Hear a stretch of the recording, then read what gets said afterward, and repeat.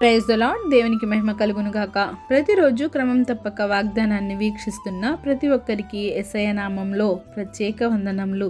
Subscribe చేసుకుని అనేక మందికి షేర్ చేసి దేవుని మాటల ద్వారా బలపరచండి. ఈ దినమునకై ఏర్పాటు చేయబడిన దేవుని వాగ్దానము కీర్తనల గ్రంథము 50వ అధ్యాయము 15వ వచనము. ఆపత్కాలమున నీవు నన్ను గూర్చి మొర్రపెట్టుము, నేను నిన్ను విడిపించెదను, నీవు నన్ను మహిమపరచెదవు.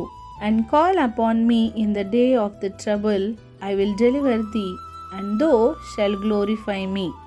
నీ ఆపద కాలంలో, నీ సమస్య శ్రమల్లో నీవు ఎవరికి మొర్రపెట్టాలని వాక్యం సెలవిస్తుంది. ఆపద్దినమున నీవు నాకు మొర్రపెట్టుము అని దేవాది దేవుడే సెలవిచ్చారు. ఆ శ్రమ నుండి నిన్ను తప్పకుండా విడిపించి నిన్ను ఆదుకునేవాడు. ఈ రోజుల్లో ఎవరన్నా నీకు కష్టం వస్తే నన్ను అడుగు, నీకు నేను సహాయం చేస్తానని, నీకు అండగా నిలబడతానని అంటున్నారా? వారు కష్టాల్లో ఉంటే నన్నేమి సహాయం అడుగుతారు అని ముందుగానే ప్రక్కకు తప్పుకుంటున్నారు. ఈ లోకంలో ఎవరు కూడా ఏది ఆశించకుండా నీకు సహాయం చేయరు. అలా చేసేవారు ఎవరు లేరు. అలా చేయాలి అంటే అది కేవలం మన దేవాది దేవుడు ఒక్కరు మాత్రమే.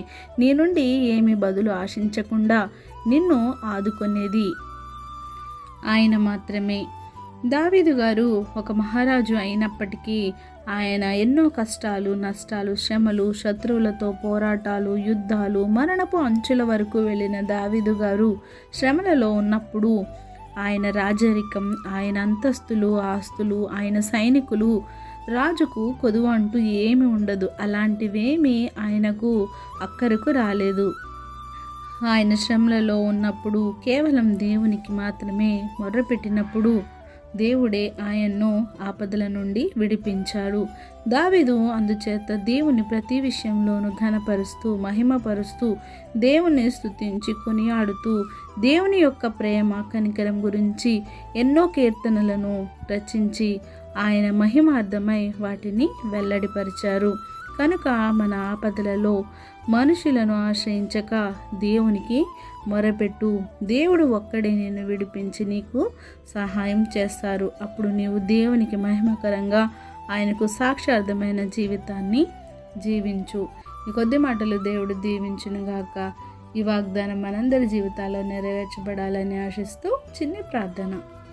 మమ్మల్ని మిక్కిలిగా ప్రేమించిన మా ప్రియ పరలోకపు తండ్రి, మీరు ఇచ్చిన వాగ్దానంకై వందనాలు దేవా. ఎవరైతే ఈ వాక్యాన్ని విన్నారో, వినిన వాక్యాన్ని నాయన వారి హృదయ గదిలో భద్రపరుచుకొని వాక్యానుసారమైన జీవితాన్ని మా అందరికీ దయచండి దేవా.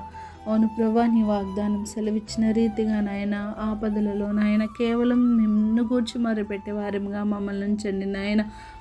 మనుషులను ఆశ్రయించకుండా కేవలం నిన్ను మాత్రమే ఆశ్రయించి నాయన తండ్రి నీకు మొర్రపెట్టే వారముగా మమ్మల్ని ఉంచండి దేవా. ప్రార్థన అవసరం కొన్ని ప్రతి ఒక్క బిడ్డని సమయంలో జ్ఞాపకం చేసుకోండి. వారి అవసరతలను, అక్కరతల నుండి తీర్చి వారి ఆపదల నుంచి వారిని విడిపించి సమస్త ఘనత, మహిమ, ప్రభావములు మీరే ఆరోపించుకుంటారని యేసుక్రీస్తు పరిశుద్ధ నామమున ప్రార్థించి అడిగి వేడుకుంటున్నాను మా తండ్రి. ఆమేన్. God bless you all.